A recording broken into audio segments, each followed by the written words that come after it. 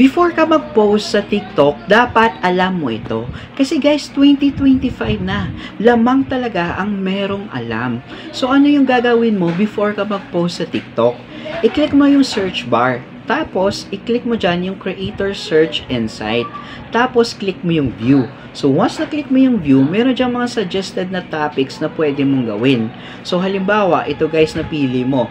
The best vitamins to take every day. Okay? So, i-click mo yan. So, dyan guys, meron ka makikita na ideas, okay, na sinishare sa'yo ni TikTok, title at saka hashtags na pwede mong gamitin sa video mo.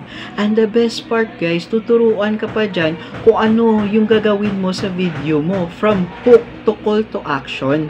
So dapat alam mo na ito. So kung gusto mo ng maraming tips kagaya nito, huwag mo kalimutan i-follow mo ako. And the best part guys, kung gusto mo naman malaman kung paano ka maging affiliate, TikTok affiliate, na kahit 0 or maliit lang yung followers mo, just comment below how at ibibigay ko sa iyo yung buong details.